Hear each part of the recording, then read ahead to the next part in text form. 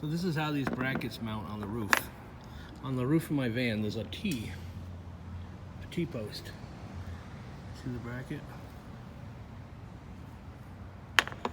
Just slides on. And they hand make these spacers to go on there to fit your roof. Goes over the top. Bracket. Washers. And nuts.